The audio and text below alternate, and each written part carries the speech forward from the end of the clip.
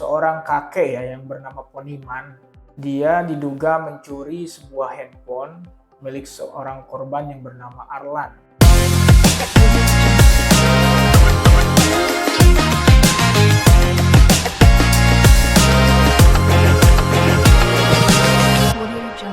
Halo Sobat ISB, apa jadinya bila seorang kakek berusia 68 tahun mencuri HP? Apakah bisa dihukum atau tidak?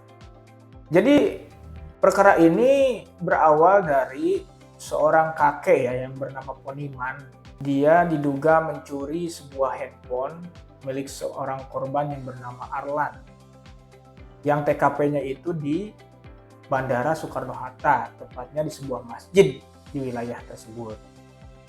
Lalu kemudian korban melaporkan kejadian pencurian HP tersebut sekitar bulan April 2025. Lalu berdasarkan proses penyelidikan yang dilakukan oleh pihak penyidik kepolisian, dalam hal ini adalah Polres Bandara Soekarno-Hatta, termasuk salah satunya diperoleh petunjuk dari sebuah video atau rekaman CCTV. Ternyata handphone ini diduga dicuri oleh seorang kakek yang bernama Poniman.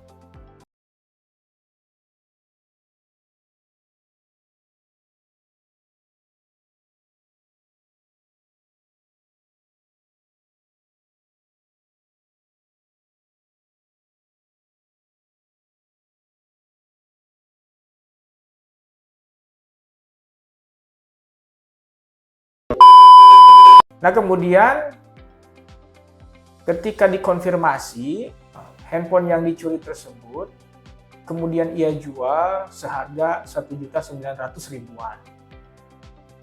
Nah, dan dia mengatakan bahwa hasil daripada penjualan tersebut digunakan untuk mencukupi kebutuhan sehari-hari, termasuk juga untuk membeli beras.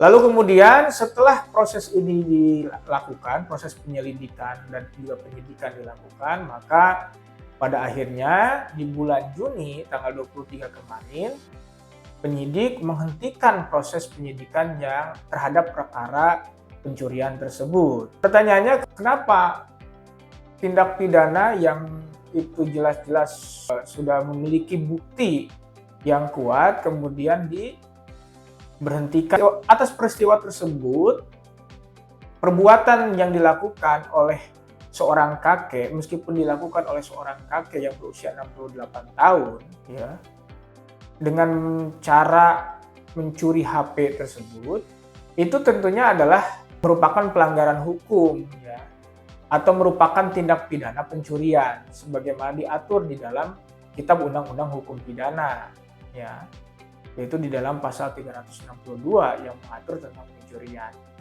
Tapi kenapa prosesnya kemudian dihentikan? Nah, Sobat ISB, saat ini gitu, dalam penyelesaian tindak pidana dikenal adanya lembaga keadilan restoratif gitu. Apa itu keadilan restoratif? Jadi pada intinya keadilan restoratif itu adalah penyelesaian tindak pidana yang melibatkan pelaku, korban, ataupun bahkan keluarga dengan mengedepankan penyelesaian yang adil dan juga pemulihan terhadap hak-hak si korban. Itu pada intinya. Dan itu sudah diatur di dalam Peraturan Kapolri nomor 8 tahun 2021.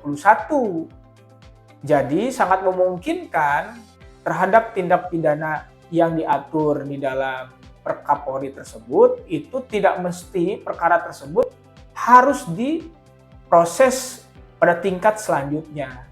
Jadi demi keadilan para pihak, perkara tersebut bisa dihentikan prosesnya. Gitu. Tapi ingat Sobat ISB, tidak semua perkara itu bisa dihentikan tentunya. Nah, secara otomatis ada persyaratan yang harus dipenuhi oleh para pihak, ya. Di antaranya adalah persyaratan formil. Yang pertama adalah syaratnya harus ada perdamaian antara pihak pelaku dan juga korban.